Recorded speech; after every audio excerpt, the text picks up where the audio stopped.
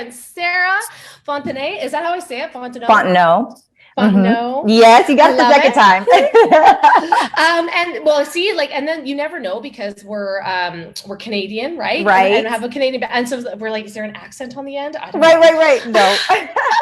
So I am so excited to have you here today. You are such a bright light in a sea of noise, and I absolutely love your story. I love how you have evolved your life and what you do around who you are. And it's totally in alignment with the growth that you've done and the experiences that you've had, and that you really live a heart-centered life. I think that that's very, very powerful. So Sarah, would you be open to sharing your story with my audience? Because I really feel that it's massively impactful. Thank you so much.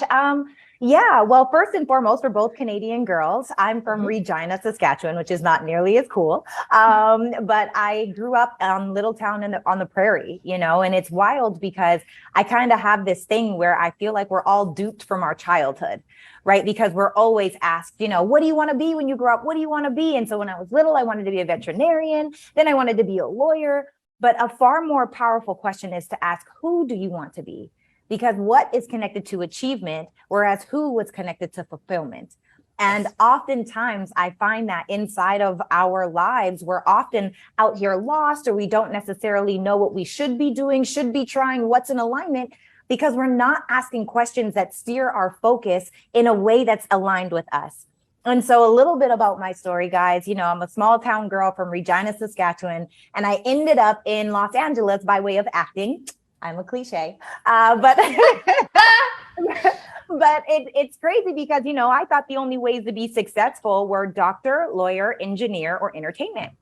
And so I knew I didn't want to be an engineer. My mom's an engineer. I can't be a doctor. I'm incapable of being a doctor because literally blood makes me so sick. When I have a child, if my toddler gets sick or my child gets sick, not my infant, I can handle an infant. We're both sick. We're out. Like, sick day for everybody. Okay. I think we're the same human, by the way. Oh my goodness. Yes. I'm like, please, for the love of God, I can't. I'm not ready. Dear future husband, I hope you are.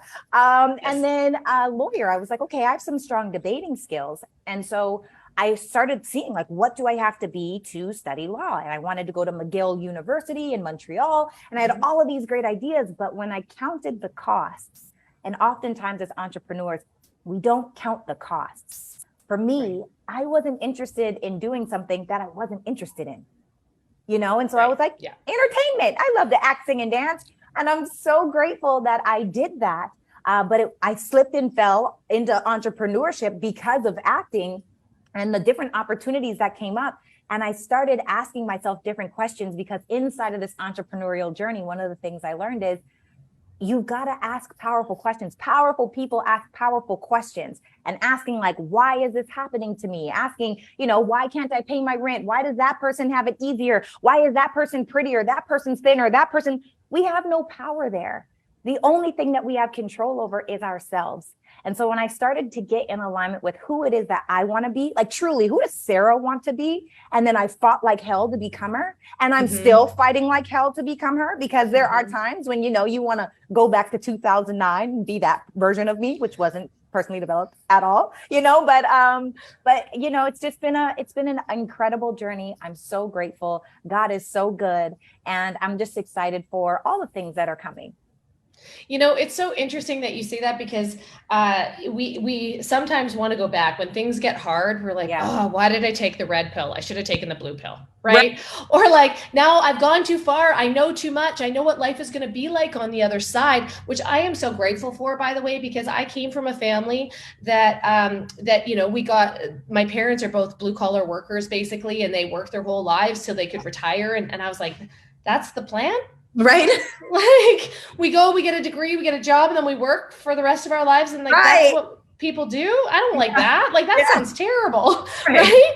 And so it's really interesting that it doesn't matter what your background is. It doesn't matter where you come from. What matters is who you are and listening to that little voice inside of you. And so what I'd love for you to do is talk a little bit about, your entrepreneurial journey and how did that come to be in Hollywood, right? Like, people would think, oh my God, you're there to act, you're making all these connections, but then business opportunities come across your way, right?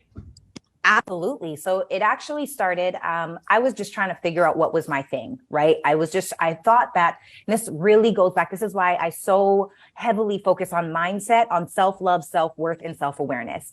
Before I knew who I wanted to be, I wanted to be Sarah Fontenot, Name and Lights, because I wanted to impact people. I wanted Yes. to give access to people. I wanted to inspire people. I wanted an amazing platform. But what I realized was inside of that, as an actress, I can't give my roles away. And so my focus started to shift a little bit. And I actually was in a Miss California pageant, which is hilarious. It was an incredible time. I'm so grateful for it. But when I found Miss California, I met a girl and we both needed to lose weight for being in a pageant. And when I saw her the first time, it was like, oh, okay, hi, you're so awesome. I'm so awesome. Let's be friends. And 6 weeks later, she looked like a Barbie doll. And I was like, okay, first of all, what drugs are you taking? Because I don't see, like, surgery doesn't heal that fast. Okay. What drugs are you taking? I need to know. And she was like, girl, come work out with me. I was like, I don't want your workout. I want your drugs. Okay. That's it. That's all that I want. And she's like, oh, stop it. Come work out. And so I ended up going to a workout with her. And it's crazy because there was 200 plus people, Christina, on the beach, pumping their fists, high-fiving each other, like, yeah. The energy was amazing at 7:30 in the morning. Okay. 7:30 in the morning. And I was like, these are my people. And that's actually how I ended up getting started in my first endeavor, which was multi-level marketing. It was a multi-level marketing company. Yeah. And so I actually ended up building to the top 1.6% of that company. And inside of it, people were asking me, you know, I was speaking, I was doing all of these things, and people were asking me, Sarah, how are you so strong? But we all know when you first start inside of entrepreneurship, it's not like 0 to 100 overnight. It's not success overnight. Like I might be showing up as this powerful, strong person, but I was still crying myself to sleep at night. You know, like I'm still like, how am I going to pay my rent? I'm still putting $3 on pump 5. And even more so because entrepreneurship income in the beginning is so up and down. It's sporadic. You can't really count on it until you get those systems in place. And most people don't get the systems in place for a little while into their journey, right? Unless you have a great mentor. Yeah. So. Oh my God. Yeah. All the things. Dude, here's the thing that you're going to find this so crazy. So I went to school for music and I did it for the same reason as you. I love being on stage. I love performing. I love being in front of people. I love that energy. Right. But I realized the exact same thing. That energy is like it's not like real connection. It's not real impact. Right. I also did pageants. I did Miss PG and Miss Teen Canada for the same reasons, right? And you meet all these people and you meet all these connections and you learn so much about yourself and you learn so much about other people. And I really feel that doing those things, whether we can laugh about it now and be like, oh my God, I can't believe we did that. Because you get into that industry and you realize it's all politics. But oh my gosh. Right? You learn very quickly about politics in your late teens. Right. You're like, what is this? Right. But it's so interesting because had I not had those experiences, I wouldn't be who I am today. And sometimes people take a look at you like, Sarah Fontenot, you were amazing. You were out there. And like, how did she become who she became? It was a process. Right. It did not happen overnight. Like my first pageant, Lord, you know, like I needed some work and I needed to figure out some conversation skills and I needed to figure out interview skills. And I needed to really dig into who I am so that I could show up that way. Yes. Right. Yes. And the other crazy thing is, you know, that the network marketing, the MLM industry, so many people freaking knock it because they don't understand that it's entrepreneurship in a box. Yes. And it's also a personal development on steroids. They don't understand that this is their opportunity for free growth classes for as long as they may want, that it's an opportunity to make as much money as they want with no glass ceiling, and that they can use that money to facilitate other wealth, other businesses, other growth, other assets, right?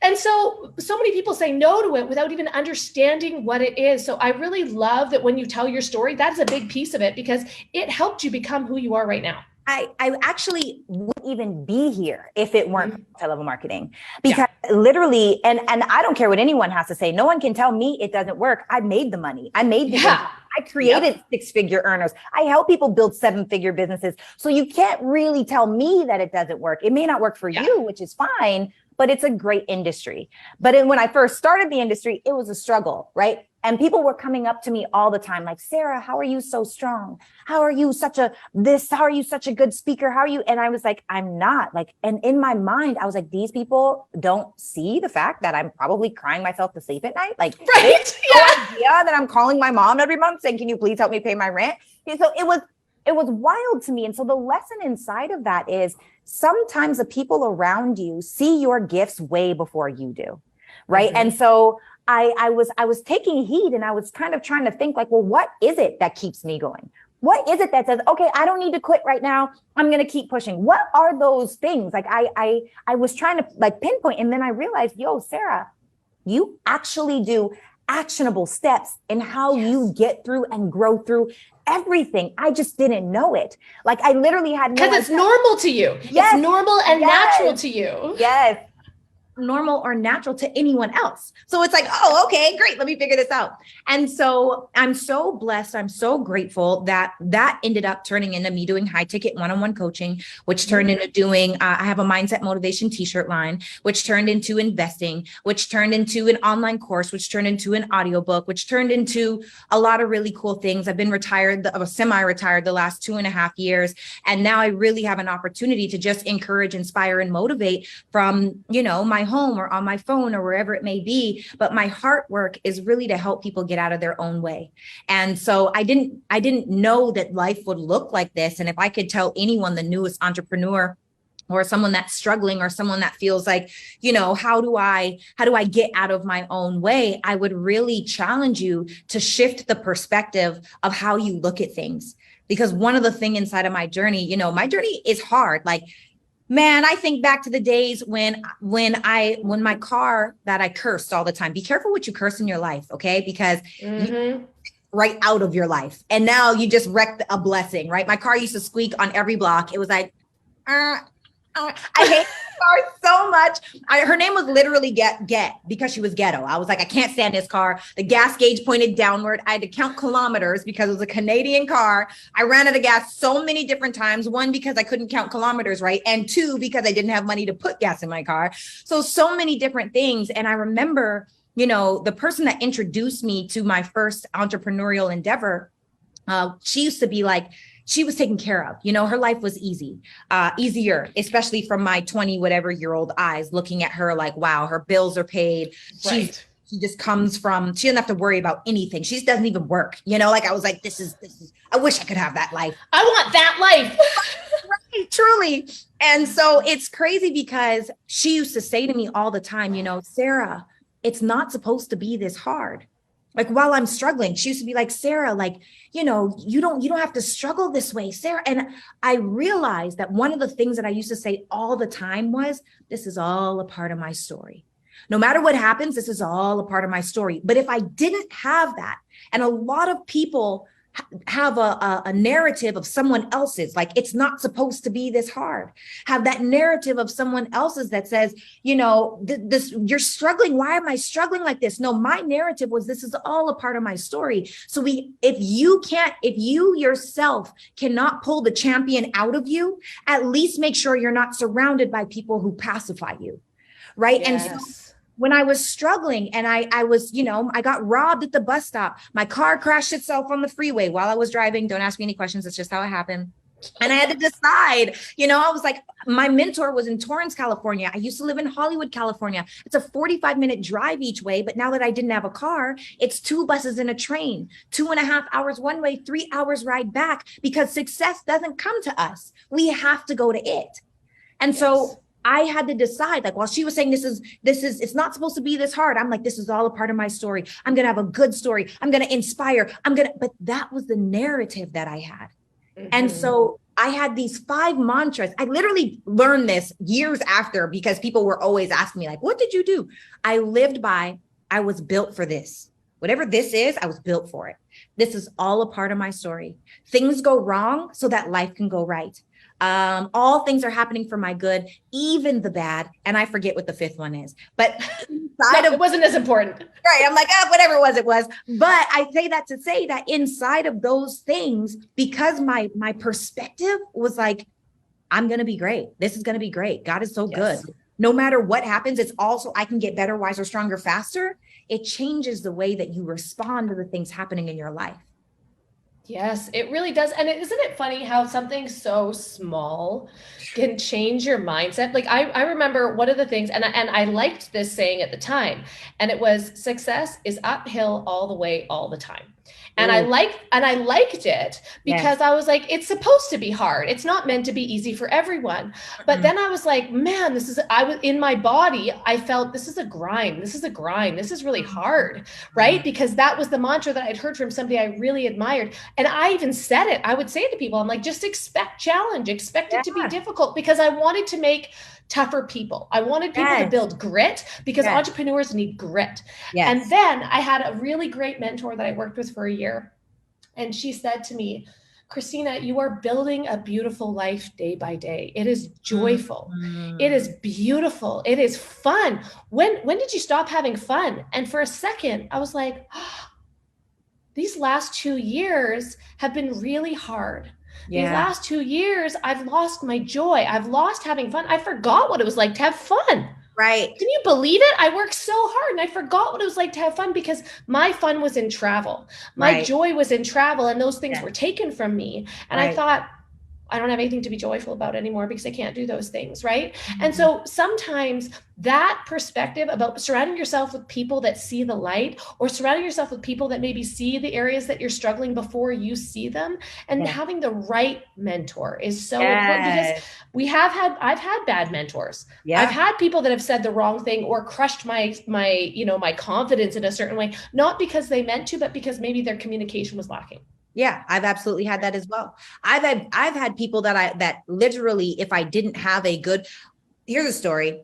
There was two people inside of my business, right? And especially when you're trying to build business, getting clients is really important. Mm-hmm. Building relationships though is the most important. And I'll swoop Thank you. back to that. So getting clients is important. And I remember a person that was a leader in my space literally stole my client. Like I would go and talk to them. And this is from that version of me. I'm saying stole my clients. It Okay. happens. It does absolutely happen. Mm-hmm. And I was like, this is a leader. And I went to my mentor and I was like, I can't, I was livid because it was a $350 order, which means I was about to make about $200, which at the time that was rich for me. An extra $200 was a really big difference in my life at that time. And so I was really more mad about not making the money than not getting the client. Yep. Remember, I'm circling back to relationships, right?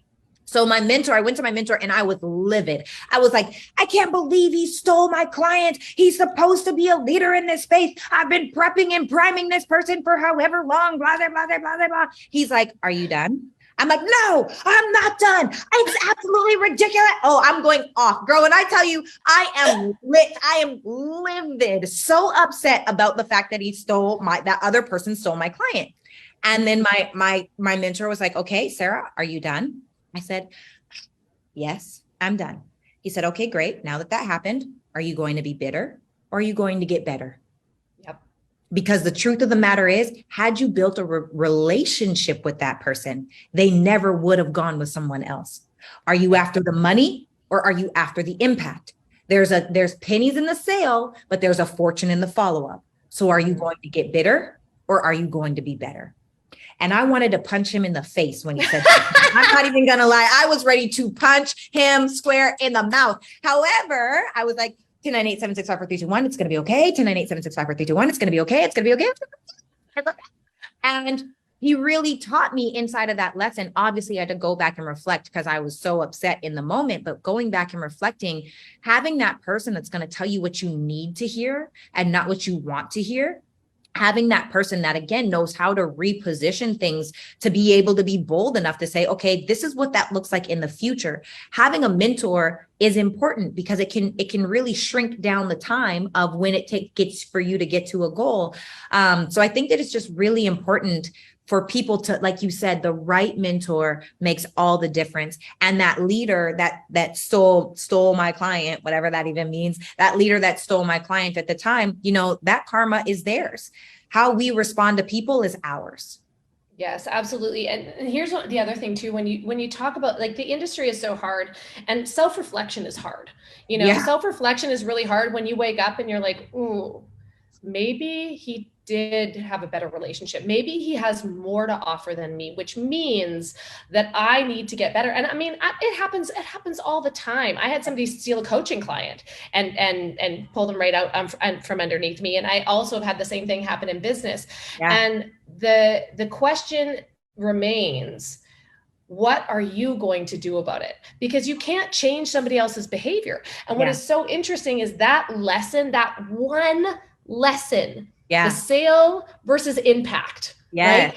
If we could infuse every human that we work with or work alongside with that lesson to be impactful, regardless of the outcome, regardless of what you get out of it, that service led heart, that will make you more money in the long term any sale, any sale.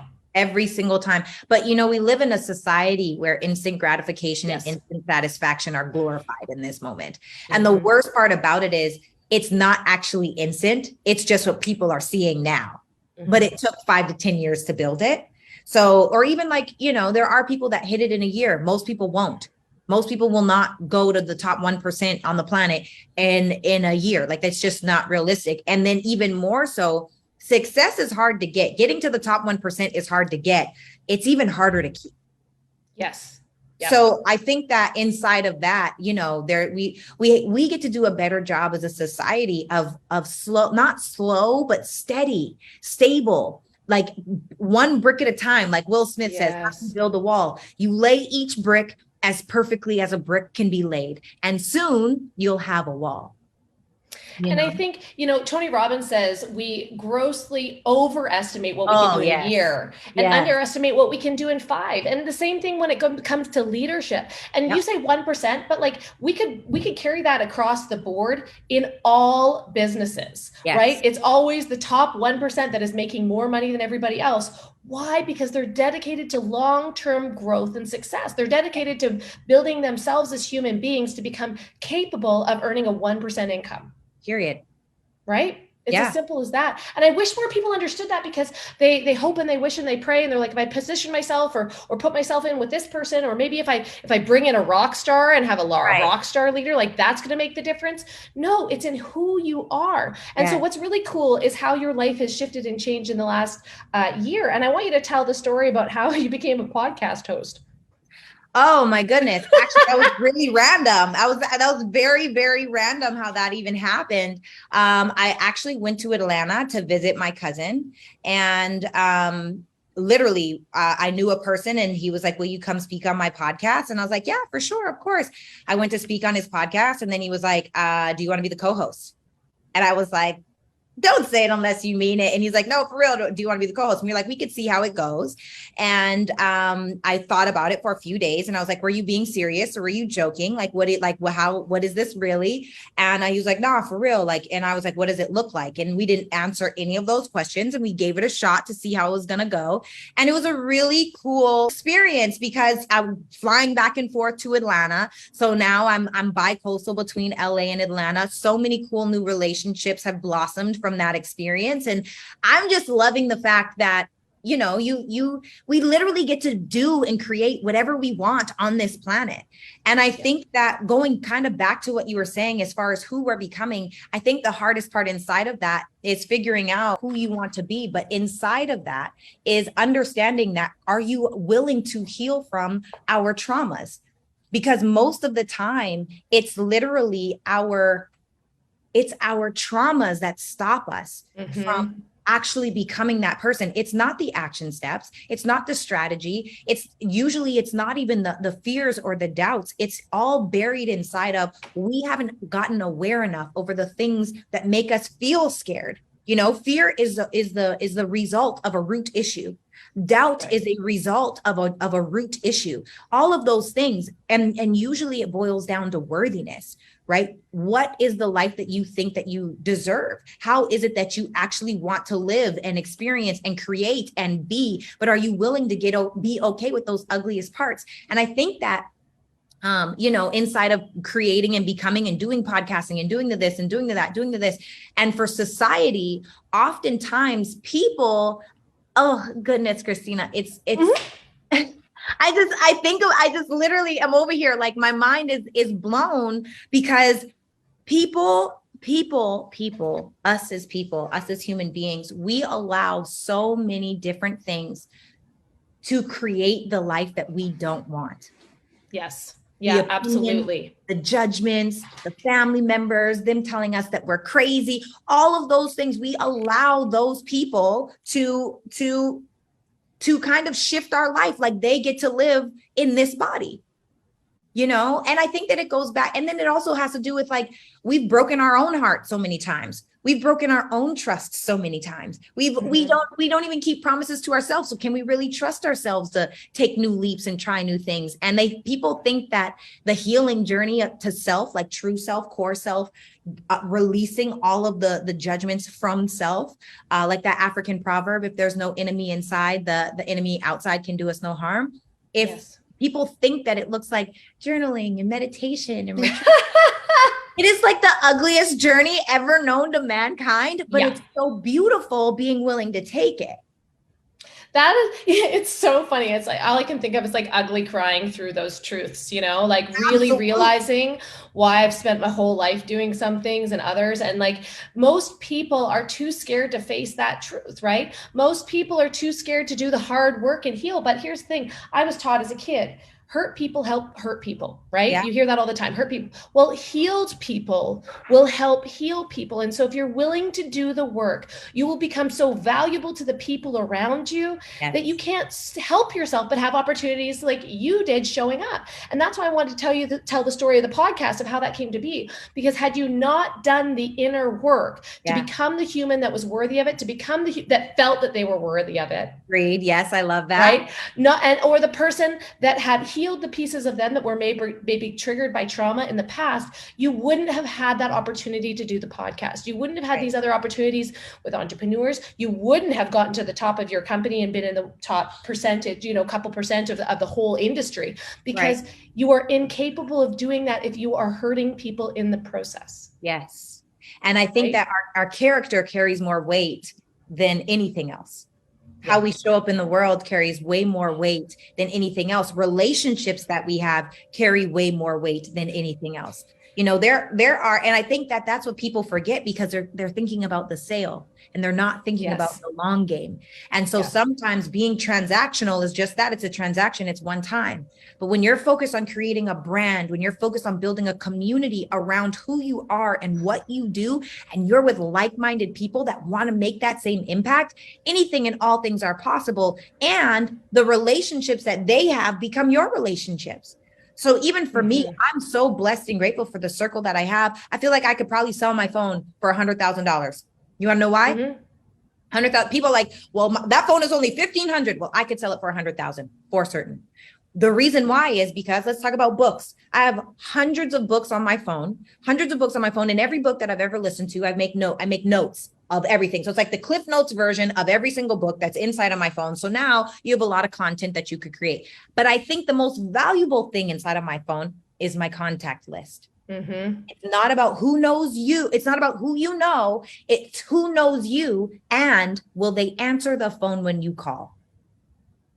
That part right there, without name dropping, is literally priceless, you know? So it's like relationships can get you indoors, can get you opportunities, can get you experiences that accolades, achievements, and all of those things can't. So when you have the achievements and you are the person, it's literally the sky is the springboard. Oh, that is so freaking good. And it's so true. And you know, it was funny because I was listening to a TikTok a couple of days ago with Gary Vee, and he's like, so he's talking about people that are going to launch a product or launch something, right? And they're like, so I'm just going to go out and build a community and then I'm going to launch it. And he's like, you're just going to go build a community? Like you're just going to go out and do that today or next week or in the next 2 months? Like it takes a lifetime. And the thing is, most people focus on quick. It has to be done tomorrow because I want to make money and I want to do this and I want to be successful. It's not about that for the long term. It's about who you can impact and the value you can bring to other people and how you can serve them. Because even if what you're doing today doesn't serve them, what about down the road when they have a good idea, they're going to call you? Right. right? When you've showed up for them and you've showed them that you care about them and Yeah. you've taken the time to build a relationship instead of the, once in a while check in to see if they're ready to buy from you, Yeah. Yeah. right? It makes all the difference in the world. And so when you learn that becoming a human that helps other humans, that connects with them, that loves them, Yes. that is the base of successful business. And it Yes. doesn't matter what you think that Right. hard work, that grind, or whatever will do. It's the people that know you that make the massive difference in how quickly you move forward. Yeah, absolutely. And I think that a lot of the times, people always say money doesn't buy you happiness. Money, no, it doesn't buy you happiness, but it does buy you choices. And I think Yes. when you don't have any money, you have to make the money to find out that it's really not about the money. Yes. Yeah, I agree with you. That's why most people focus on the sale and focus on the money right up front. And Yeah. I always knew from the get go, and I've always said this to people, your freedom is having options, right? When you have options, you have freedom. And that's like, there's not many people that have the wherewithal to come up with a business like you, that you're working between cities, or for Yeah. us that we've moved from Canada to Cabo and can work Right. from here, Right. because we've created that. Yeah. We've created that process, but we have options because we were intentional with what we were creating. Yes, intention is the word. Intention is the word. And I think that when people focus the intention on building a community and being the brand, I also think too, I just want to say this because I know that there are entrepreneurs here and there are entrepreneurs listening here, whether you're in traditional business, brick and mortar, or you're in MLM, or you are in drop shipping or e-commerce, it literally does not matter what you are inside of. Understanding who your tribe is such an important part that most people miss, right? So I always give the example of one of the people that I coached. She's in the health and wellness industry, and she used to always say, "I can help you lose weight. I can, you could drop this many You're like, have you pounds." Or seen me? right. Well, no, not even that, but just even on her post, it'd be like, "I can help you lose weight." But the thing about it is, like, everyone wants to lose weight. When you look at the statistics, 80% of people are obese or overweight in the United States, right? Mm-hmm. And so it's like, you've got to have the conversation, even though you're in that big umbrella of health and wellness, niching down into, we got into a very real conversation about who are you serving? And we figured out that she was serving stressed out moms that can't lose weight because of stress. Right. And now when she understood that, she now inside of her languaging is having the conversations of, you got to take care of your kids, take care of your husband, do this, do that. And for women that understand that language and understand that life, they were like, in literally 45 minutes, she got 3 new clients because of her languaging, and at the end of the day, when you can speak the language of who you're serving and you can genuinely solve their problem, they'll never leave you. Like they reach their goal and then they tell all their friends. So I think that it's important. Yes, the money is important. Like Zig Ziglar says, it's not the most important thing, but it's right up there with oxygen. Yeah. We need to live, so I'm never going to say it's not about the money, but it's definitely about the impact. It's definitely about solving problems. It's definitely about serving your tribe. And when you focus on that in the long run, sure, make the money at first, because like me, I was struggling to pay my rent every month. I was debating, do I put gas in my car or food in my fridge? And because I was choosing between the two, I needed the money. However, I learned as I started making the money that it's not actually about the money. But I think you have to make it to know that. I really think most people need to make the money to know that it's not about the money. Yeah, because what happens is, and this is what, I don't know if this happened to you, but it happened to me. And maybe it was a different thing that happened to you. But when I started making a lot of money, like when I started making money that was beyond my wildest dreams, I actually started feeling guilty and had anxiety. And I was like, I don't deserve to how could I be making this kind of money? And I'd wake up nauseous every day and be like, oh my God, how am I going to keep doing this? Like, do they know that they're paying me this? Like, is this for real? Right. And it took my mindset and some money mindset issues that I had to work through to realize I am capable of that. Actually, my mind is insurable for $2 million. Right. And I need to make sure that I'm doing what I need to fill that, because I can help people with solutions. I can help people. And that's what you get paid for. And so you're absolutely right. When you don't have money, you focus on the money because you got to pay your bills. But then when you have it, and if there's no impact behind it and it's just money, you're just like, well, it's empty. It's Yeah. empty.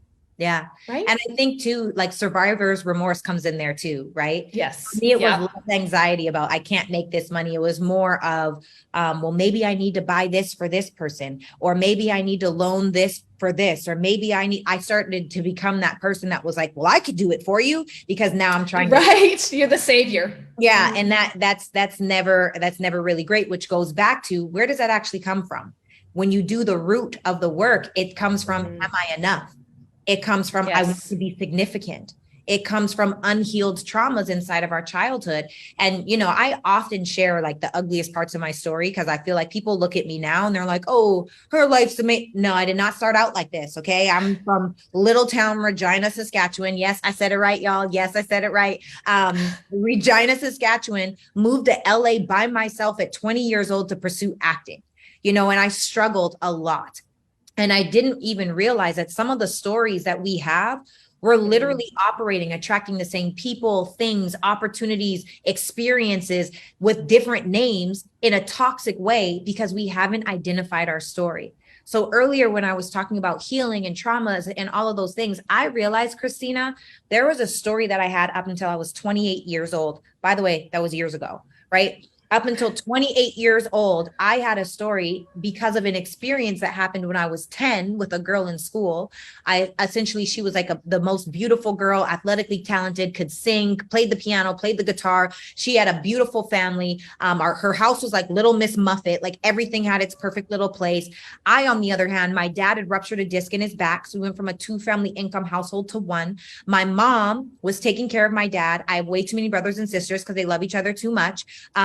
Was taking care of all of us kids, had a full-time job, was going to school to get her master's in engineering, her own life, and also making sure that we weren't homeless, right? So our lives were very different. So when my mom and dad would say, yeah, clean your room, I'm not listening to y'all and hold me accountable. How? You know what I mean? Like I've always kind of been a rebel at heart. Right. And yeah. I didn't really want to listen to them. I wanted to listen to who I deemed as cool. And so this girl at school, I thought she was really cool. I was like, oh my God. And I asked her, I said, will you come over and play? But I want you to know I'm not clean like you.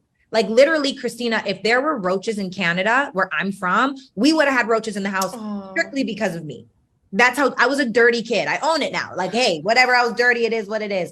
And so it's crazy because real story, I told her, I said, I'm not clean like you, but I would love for you to show me how to be clean.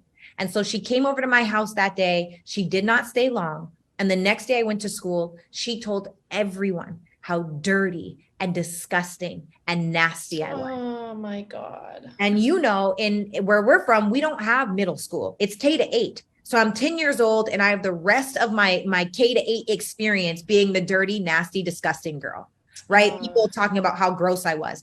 Now, in that moment, 10-year-old Sarah created a story that said, if I let you in, you'll betray me. Yeah. Now, the wildest part about it is I didn't know until I was 28 years old that was my story. So well into my adulthood, I am subconsciously, because the thing about our stories is we will subconsciously seek the people, the places, the experiences, the opportunities that validate whatever story we have. So like our identity, our story works like a thermostat, right? Dr. Joe Dispenza talks about how if you set your temperature to 74 degrees, it doesn't matter how hot it is outside, the thermostat will pump cool air to make sure you stay at 74. If it's freezing cold, minus 40 outside, it doesn't matter. The thermostat will pump warm air to get back to 74 degrees automatically. It's not something you have to go and push the button. It regulates at the temperature that you set it to. Now, our identity works the same exact way. If I'm set to, if I let you in, you'll betray me. If I'm set to, I'm subconsciously seeking the things, I have to allow the friendships, the romantic relationships, the business opportunities, because I automatically come back to 74 degrees. Right? I automatically come back to what I identify with. And so I didn't realize until I was 28 years old that Christina, number one, Sarah Christine Pamela Brown Fontenot, yeah, all of that. I was at the pinpoint of all of my pain. Yeah. All of my pain. But when we can take ownership for that, And when we can say, you know what, it's going to be okay. And when we can say, you know, little Sarah, little inner child Sarah, I'm sorry.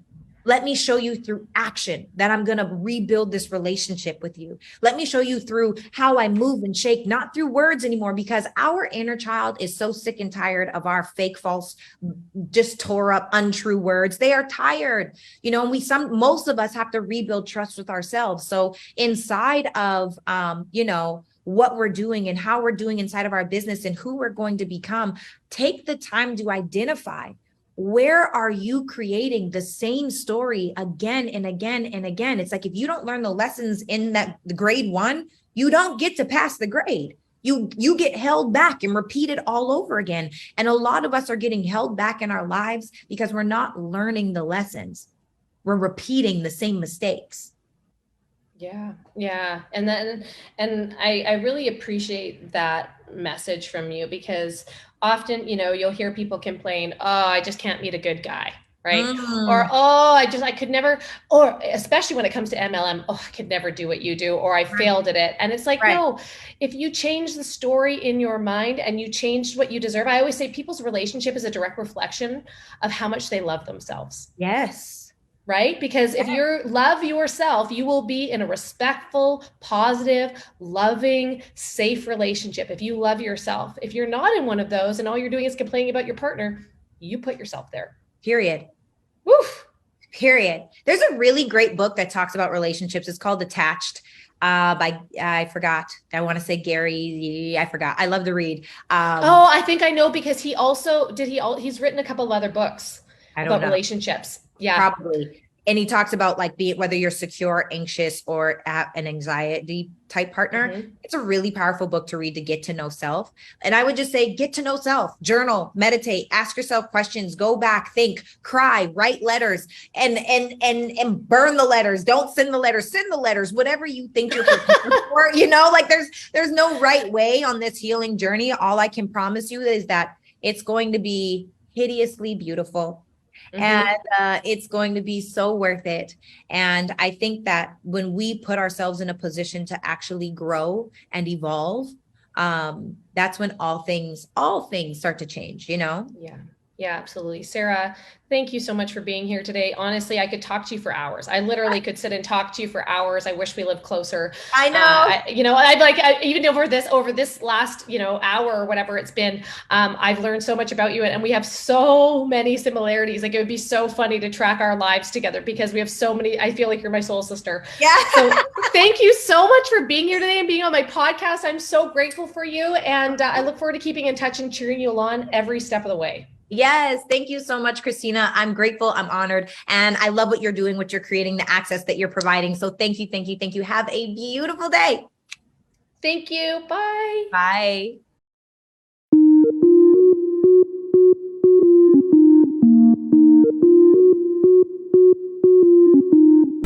If you think this video can help a friend, make sure you share it.